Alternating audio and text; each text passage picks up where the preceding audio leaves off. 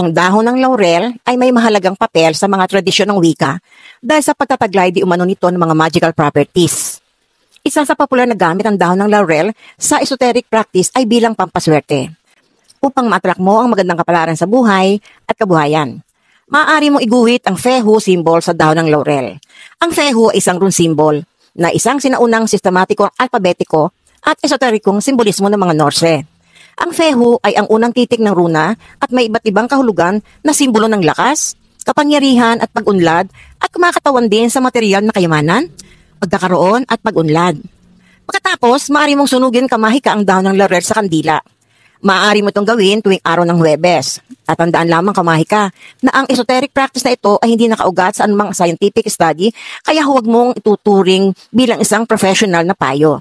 Nasa inyong kapangyarihan kung paniniwalaan o susubukan ang esoteric na pang-practice na ito.